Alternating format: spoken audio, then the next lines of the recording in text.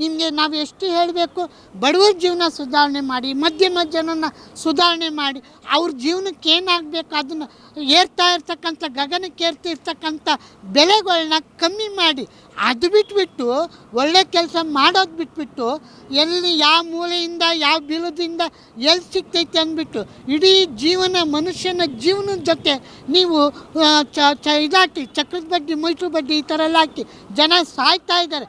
ಬದುಕೋದೇ ಕಷ್ಟ ಆಗಿದೆ. ಈಗ ನೋಡ್ರಿ ರಿಸಲ್ಟ್ ಬಂತು, PUC ಇನ್ನು SLC ಬರುತ್ತೆ.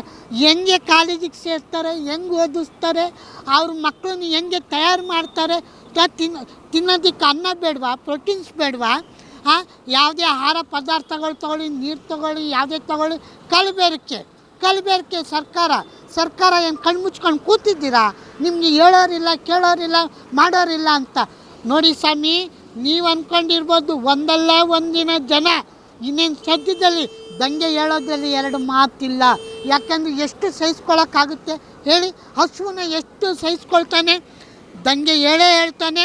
ನೀವುಗಳು ಖಂಡಿತ ಇರಲ್ಲ.